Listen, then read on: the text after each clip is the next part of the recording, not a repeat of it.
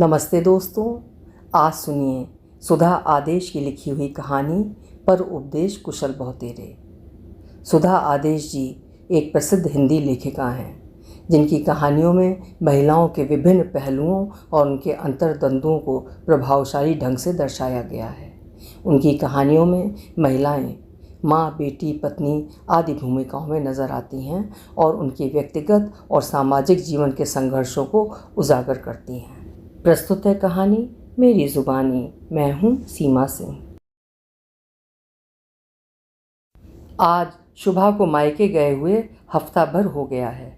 उसकी माँ के पैर की हड्डी बाथरूम में फिसलने के कारण टूट गई थी। वो शैय्याग्रस्त हो गई हैं। एकमात्र पुत्री होने के कारण उसे अपनी माँ की देखभाल के लिए जाना पड़ा। छोटी बेटी पिंकी को तो साथ ले गई है। शुभम का इस वर्ष 12वीं की बोर्ड की परीक्षा है, अतः अमित और शुभम नहीं जा पाए हैं। पिछले 4 दिन से काम करने वाली सरस्वती भी नहीं आ रही है। उसे कई बार फ़ोन किया किंतु हर बार स्विच ऑफ ही आता है।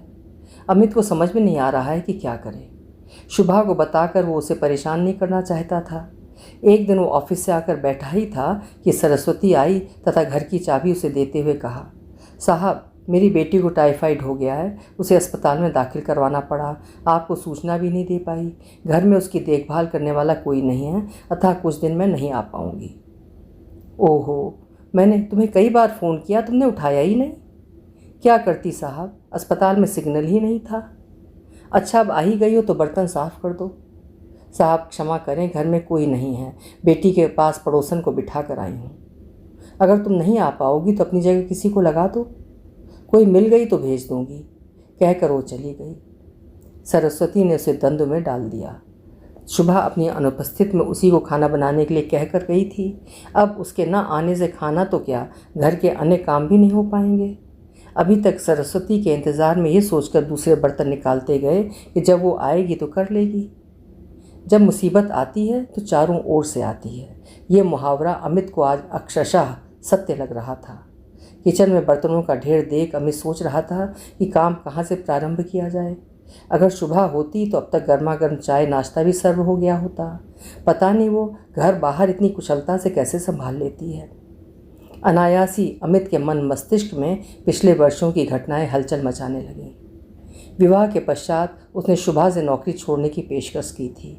उस समय शुभा ने अपना पक्ष रखते हुए उससे कहा था, तुम्हें तो विवाह से पूर्व ही पता था कि मैं नौकरी करती हूँ, ये मांग क्यों? वैसे भी जब हमारे बच्चे होंगे खर्चा बढ़ेगा, तब मेरी ये अतिरिक्त आय हमारे जीवन को सुगम बनाएगी। ये नौकरी मेरे लिए आर्थिक स्वावलंबन ही नहीं, मेरी मानसिक संतुष्टि का सबब भी है। मैं नहीं चाहता कि मेरी पत्नी किसी की गुलामी करे। नौकरी एक तरह की गुलामी ही तो है। पुरुष की बात और है, घर परिवार चलाना, उसकी देखभाल करना उसका दायित्व है, किंतु स्त्री का विवाह के पश्चात नौकरी करना आवश्यक नहीं है। मेरा मानना है स्त्री सिर्फ समय व्यतीत करने या घर की जिम्मेदारियों से भागने के लिए ही नौकरी करती है। इस तरह से वो एक पुरुष का हक छीन लेती है जिसके कंधे पर पूरे परिवार की देखभाल की जिम्मेदारी होती है। बढ़ती बेरोजगारी का एक मुख्य कारण भी यही है। अमित ने उसके विरोध पर अपनी टिप्पणी करते हुए कहा था, मैंने ये नौकरी अपनी योग्यता और अथक परिश्रम के बलबूते पर पाई है। तुम घर से बाहर निकलोगी तो घर कैसे चलेगा? मेरी माँ की देखभाल कौन करेगा? पिता की असामयिक मृत्यु के पश्चात माँ ने बहुत कष्ट झेले हैं। अब मैं उनकी आंखों में एक भी आंसू नहीं देखना चाहता। वो मेरी जिम्मेदारी है। अगर कभी मुझे लगा कि मैं घर के प्रति अपनी जिम्मेदारी नहीं निभा पा रही हूँ तो मैं स्वयं नौकरी छोड़ दूँगी, शुभा ने धैर्य से कहा था। उनके बीच विवाद की आग आखिर माँ तक पहुँची गई। उन्होंने अमित से झिड़कते हुए कहा, मुझे अपनी बहू की योग्यता पर गर्व है। अगर वो नौकरी करना चाहती है तो करेगी, और तू भी अपनी सोच को बदल, वरना ना स्वयं चैन से रहेगा ना किसी को रहने देगा। ठीक है, लेकिन मुझसे कुछ उम्मीद न रखना, माँ की सहमति से चिढ़कर उसने शुभा से कहा था। माँ ने उसे जीवन दान ही नहीं दिया, पग पग पर उसका हौसला बढ़ाया। शुभम और पिंकी के आते ही उनका घर आंगन खुशियों से महक उठा था। माँ की बढ़ती उम्र के साथ शुभा ने न केवल घर बाहर संभाला, वरन उसे भी कभी कोई शिकायत का अवसर नहीं दिया था। उसका आत्मविश्वास देखकर आज कभी कभी उसके मन में आता है कि उसकी अच्छी भली नौकरी छुड़वाने की पेशकश कहीं उसका पुरुषोचित अहंकार तो नहीं था। पुरुष सदा से ही स्त्री की योग्यता को नकारता क्यों रहा है? उसे व्यक्ति न समझकर एक वस्तु के समान व्यवहार करना क्या उसकी मानसिक अपंगता के लक्षण तो नहीं? आज स्त्री पुरुष से कंधा मिलाकर बाह्य जगत में निज स्थिति को मजबूत करने के साथ घर बाहर में सामंजस्य स्थापित करने के लिए पुरुष का थोड़ा सा सहयोग चाहती है, तो पुरुष कंजूस क्यों बन जाता है? वो क्यों नहीं समझ पाता कि जैसे पुरुष की सफलता में स्त्री का हाथ होता है, वैसे ही स्त्री की सफलता में पुरुष का हाथ होता है। पुरुष क्यों घर परिवार का वास्ता देकर सदा उसकी राह में कांटे बिछाता रहता है, वहीं स्वयं की सफलता के लिए वो कुछ भी कर गुजरने को तत्पर रहता है? ये दोहरे मापदंड क्यों? माँ के चेहरे पर छाई संतुष्टि बावजूद जब तक वो थीं, वो सदा शुभा की गर्दन पर सदा तलवार टांगे खड़ा रहता था। अगर किसी दिन नाश्ते खाने देने में जरा भी देर हो जाती थी तो उसकी ज़ुबान से न जाने कैसे कैसे तीर निकलते। तब उसे इस बात का जरा भी एहसास नहीं था कि उसके विष बुझे तीरों से उसके दिल पर क्या गुजरती होगी। शायद उसके लिए वो इंसान नहीं, काम करने वाली मशीन थी। उसके व्यवहार के कारण अंतिम समय में माँ ने उससे वचन लिया था कि वो कभी उनकी बहू को दुख नहीं देगा, किंतु क्या वो स्वयं को बदल पाया? उसे याद है कि एक बार शुभा को जल्दी ऑफिस जाना था। गैस पर चावल बनाने रखे थे, माँ पूजा कर रही थीं, अतः उसने उससे आग्रह करते हुए कहा, और सब तो मैंने बनाकर रख दिया है, चावल थोड़े कच्चे हैं, प्लीज़ आप देख लीजिएगा, आज मुझे जल्दी जाना है। भाई, किचन मुझसे नहीं संभाला जाएगा। यदि तुम्हें आज जल्दी जाना था तो थोड़ा पहले उठना चाहिए था। उसने उसकी याचना को ठुकराते हुए बेरहमी से उत्तर दिया था। उस दिन के पश्चात शुभा ने कभी भी उससे किसी काम के लिए नहीं कहा। बच्चे बीमार होते तो भी वही छुट्टी लेकर उनकी देखभाल करती। इस समय भी वो सब व्यवस्था करके ही मायके के प्रति अपनी जिम्मेदारी का निर्वाह करने गई थी। अब सरस्वती ही बीमार पड़ गई तो उसमें उसका क्या दोष है? अमित को समझ में नहीं आ रहा था कि वो काम कहाँ से प्रारंभ करे। शुभम भी कोचिंग से लौट आया तथा आते ही बोला, पापा बहुत भूख लगी है। भूख तो मुझे भी लगी है बेटा, समझ नहीं पा रहा हूँ कि क्या बनाऊँ। अगर आप कहें तो पास की दुकान से समोसे ले आऊँ? ठीक है बेटा, तब तक मैं चाय बनाता हूँ। अमित अभी चाय बना भी नहीं पाया था कि शुभम समोसे लेकर आ गया। समोसे डाइनिंग टेबल पर रखकर वो फ्रेश होने चला गया। चाय बनाकर अमित ने उसे पुकारा तो बोला, पापा मेरा कुर्ता पाजामा नहीं मिल रहा है। जहाँ तुमने उतारा होगा वहीं रखा होगा। सब जगह देख लिया पापा, कहीं नहीं मिल रहा। देखो कहीं तुमने बाथरूम में तो नहीं छोड़ दिया। तुम्हारी मम्मी तो यहाँ है नहीं कि कहीं भी छोड़ दो तो यथास्थान मिल जाएगा सामान। अमित के स्वर में ना चाहते हुए झुंझलाहट आ गई थी। पापा, पजामा बाथरूम में ही था, मैं व्यर्थ ही इधर उधर देख रहा था, शुभम ने सहमे हुए स्वर में कहा। दोनों ने साथ बैठकर समोसे खाए, लेकिन वातावरण में एक अजीब सी खामोशी छा गई थी। जो घर शुभा के रहते सकारात्मक ऊर्जा से भरा रहता था, वहाँ वीरानी छाई हुई थी। अमित को अफसोस हो रहा था कि नाहक ही उसने शुभम का दिल दुखाया, तथा उधर शुभम सोच रहा था कि उसे जब पता था कि मम्मी नहीं है तो वो क्यों नहीं अपना सामान संभाल कर रखता। पापा मम्मी के न रहने तथा सरस्वती के छुट्टी लेने के कारण पहले से ही परेशान हैं, वो भी उन्हें व्यर्थ ही परेशान कर देता है। मम्मी भी पता नहीं कब तक आ पाएंगी, नानी को ठीक होने में पता नहीं कितना समय लगेगा। सोचते सोचते अचानक शुभम के मुंह से निकला, पापा।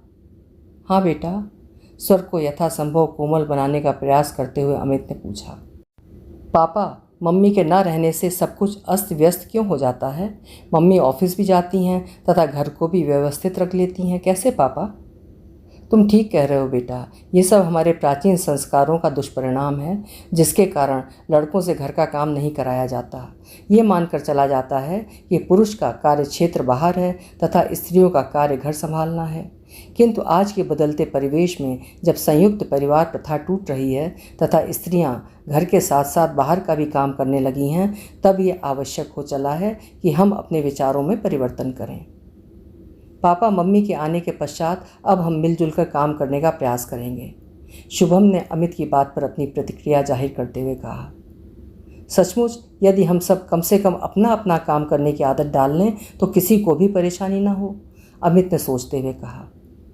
शुभम चाय पीकर होमवर्क करने चला गया था। अमित के मन मस्तिष्क का द्वंद्व शांत होने का नाम नहीं ले रहा था।